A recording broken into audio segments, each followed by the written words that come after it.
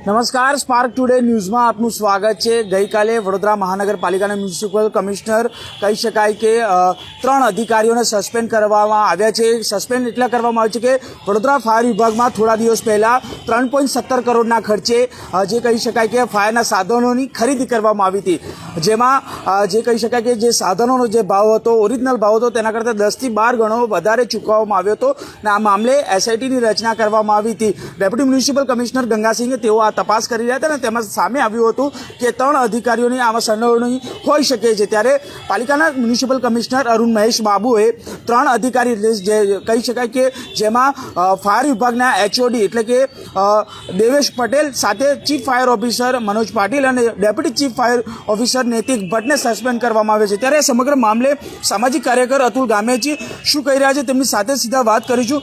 અતુલભાઈ, શું કહેશો? જે પ્રકારે 3.17 કરોડની ખરીદી કરવામાં આવી હતી, જે ભાવ હતો, માની લો કે એક સિસોટી એટલે કે એક વિશલનો ભાવ 100 થી 150 રૂપિયાનો ભાવ હતો અને તેની સામે 1300 રૂપિયા ચૂકવવામાં આવ્યા છે, કેટલી મોટી બાબત?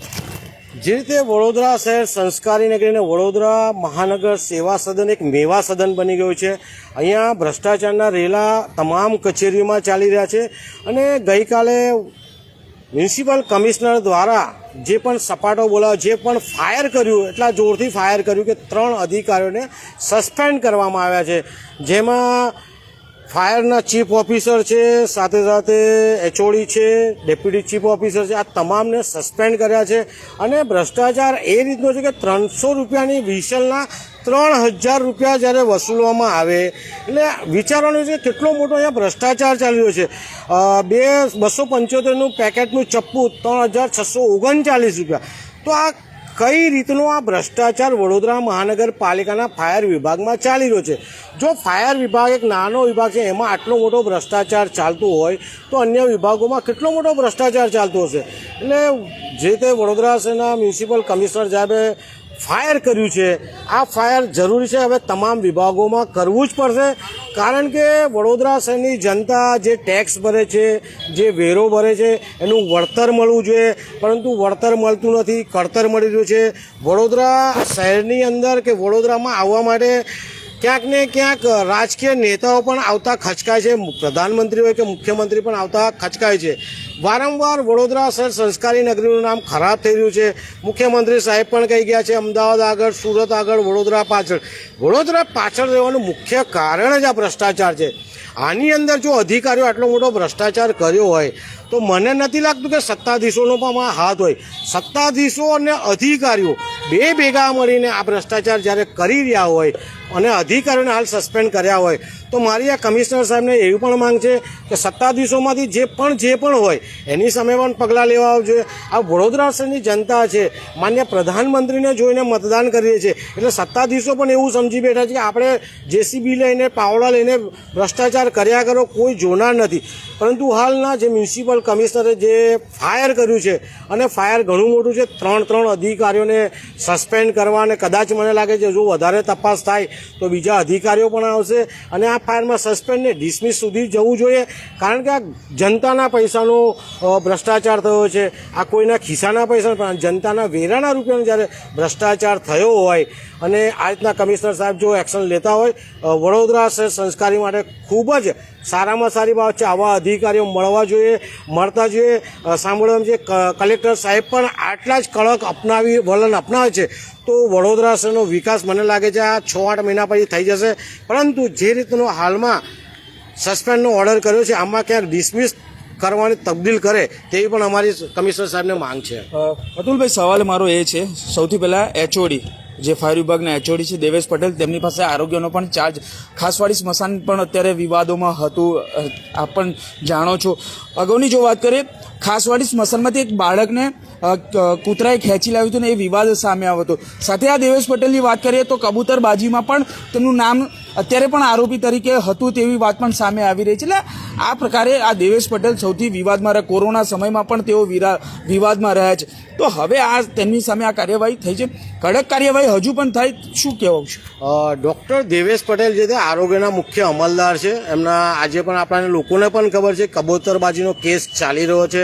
સાથે કોરોનામાં આરટીઆઈ કરીને આપણે માહિતી માંગવાનો પ્રયાસ કર્યો તો કેટલા લોકો મૃત્યુ પામ્યા છે, કેટલા લોકોને હોસ્પિટલાઇઝ છે, કઈ કઈ હોસ્પિટલ છે, હોસ્પિટલમાં કેટલા લોકો છે, આ તમામ માહિતી ડૉક્ટર દેવેશ પટેલે જે તે સમયે જ કોઈને આપી નથી. અને દેવેશ પટેલની સાથે પણ અન્ય લોકો જોડાયેલા છે, એ લોકો પાસે માહિતી ઉપલબ્ધ હોય છે, પરંતુ આ દેવેશ પટેલ જે કબૂતરબાજી કરવામાં માહેર છે, આ દેવેશ પટેલ ને કેટલાય વર્ષોથી એક જ જગ્યાએ ચીપકી રહ્યા છે, આમને કોઈ દૂર કરી શકતા નથી. એટલે ક્યાંક દેવેશ પટેલ પર પણ કોઈ રાજકીય માથાનો મોટો હાથ હોઈ શકે અને હોવો જોઈએ, જેના કારણે આ દેવેશ પટેલની વટેલનો વાળ પણ વાંકો થતો નથી. પરંતુ જે રીતના કમિશનર સાહેબે દેવેશ પટેલનો વાળ વાંકો ને આખા એના વાંકા જ કરી નાખ્યા છે. અને આ વાંકા કરવા પાછળ પણ આટલો મોટો જો ભ્રષ્ટાચાર થયો હોય, એ ગમે તે હવે બહાના બતાવતા હોય, 300 રૂપિયાની સુધી 3000માં ખરીદો, એ બી ઓન પેપર તમે ખરીદો લો, ફાઇલો ફરતી હોય, તમારું ધ્યાન કેમ ના જાય? એટલે ડૉક્ટર દેવેશ પટેલ સાથે પણ કોઈ જોશી કહીને પણ સંકળાયેલો છે. આ જોશી દેવેશ પટેલનો રાઇટ હેન્ડ છે, એ જોશી જ આ બધું કામ કરે છે, દેવેશ પટેલનો હાથો છે. એટલે વડોદરા શહેરના મ્યુનિસિપલ કમિશનર વિનંતી છે, દેવેશ પટેલ સાથે કોઈ જોશી છે એની પણ તપાસ કરવામાં આવે. કોરોના સમયના આંકડા પણ તપાસવામાં આવે. હવે જ્યારે સસ્પેન્શન કર્યા છે તો તમામ વિગતો બહાર આવી જોઈએ. મિલકતોની પણ હવે તો તપાસ થવી જ જોઈએ, કારણ કે જો 300ની સીટી 3000માં ખરીદતા હોય તો હજુ તો દેવેશ પટેલ ઘણા સમયથી અહીંયા ફરજ નિભાવી રહ્યા છે. તો વિજિલન્સ તપાસ મુકાવી જોઈએ, એમના આવકની તપાસ કરવી જોઈએ, ક્યાં ક્યાં એમણે પાર્ટનરશિપ છે એ પણ તપાસ કરવી જોઈએ, શું શું કામગીરી કરી છે, કેટલો ભ્રષ્ટાચાર, આ તમામ તપાસ વડોદરા શહેરના મ્યુનિસિપલ કમિશનર સાહેબે કરાવી જોઈએ. અને કોઈ જોશી છે એની પણ તપાસ કમિશનર સાહેબ કરાવે તેવી માંગ છે.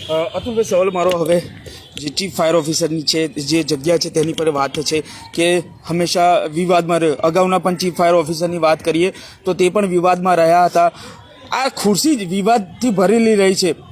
માનો છો જે પ્રકારે આ જે ખુરશીની વાત છે, ચીફ ફાયર ઓફિસર ફાયરના સાધનોની વાત કરીએ તો હમણાં થોડા સમયની વાત છે, પરંતુ એની પહેલાં નકલી એનઓસી મામલે પણ આખો વિવાદ ઊભો થયો હતો. ફરિયાદ પોલીસ સ્ટેશનમાં નોંધાઈ છે, પરંતુ હજુ પણ એની તપાસની થયેટ છે. એટલે માનો છે કે આખો આ જે ફાયર વિભાગ જ છે આખું ભ્રષ્ટાચારથી ભરેલું છે. ચીફ ફાયરની ખુરશી વિવાદિત નહીં, પરંતુ એ 4 પાયા વિવાદિત છે. 4 પાયામાં ભ્રષ્ટાચાર ભરેલો છે. તમે કોઈ પણ ચીફ ફાયર ઓફિસરને લો, પહેલાં જે ચીફ ફાયર ઓફિસર એ પણ આવકના સ્ત્રોતમાં પકડાયા હતા. એના પછી બીજા ચીફ ફાયર ઓફિસર હતા, એ પણ ક્યાંક મારામારી કરવામાં અને નકલી ફાયર એનઓસી જે હાલમાં મળી રહી છે. એટલે વિવાદિત કશું નથી, ભ્રષ્ટાચાર જે ચાલી રહ્યો છે, 4 પાયાની અંદર ભ્રષ્ટાચાર ફૂલ્યો ફાલ્યો છે, ખીલ્યો છે. હાલના ચીફ ફાયર ઓફિસર જે છે પાટીલ સાહેબ, એની પણ અમે માહિતી માંગતી અરજી કરી હતી. માહિતી માંગી હતી કે આ ઓફિસરની નિમણૂક કેવી રીતે, કયા ડોક્યુમેન્ટના આધારે કરી છે, કારણ કે જે તે વડોદરા શહેરમાં અને વડોદરા મહાનગરપાલિકામાં ચાલી રહ્યું છે કે આ ઓફિસર ડાયરેક્ટ સીધા કઈ રીતે આવી ગયા છે, શું પ્રમુખ સાહેબ પાટીલ સાહેબની મહેરબાનીથી આવ્યા છે. એટલે આ જોતાં અમે એમની આરટીઆઈ પણ કરી હતી, પરંતુ વડોદરા મહાનગરપાલિકાના વહીવટી વિભાગના અધિકારીઓ જે છે એ આરટીઆઈનો ગલત ઉપયોગ કરીને કલમ 8 છે હેઠળ હજુ અમને માહિતી આપી નથી.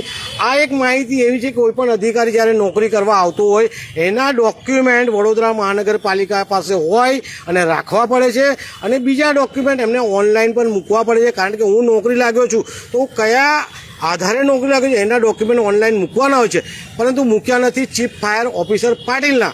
આરટીઆઈ કરી છે, આરટીઆઈમાં માહિતી નથી આલી. એ પ્રમાણે આયોગમાં હમણાં અપીલ પણ ચાલી છે. અપીલમાં પણ એ રીતનું ચાલે કે અધિકારીઓને છાવરવાના, બચાવવાના પ્રયાસ જે ચાલી રહ્યા છે, ખૂબ જ ગુજરાત માટે, વડોદરા શહેર માટે ગંભીર બાબત છે. કોઈ પણ અધિકારી જ્યારે નોકરી લાગતો હોય તો એના ડોક્યુમેન્ટ, એના દસ્તાવેજ ઓનલાઈન મૂકવા જોઈએ.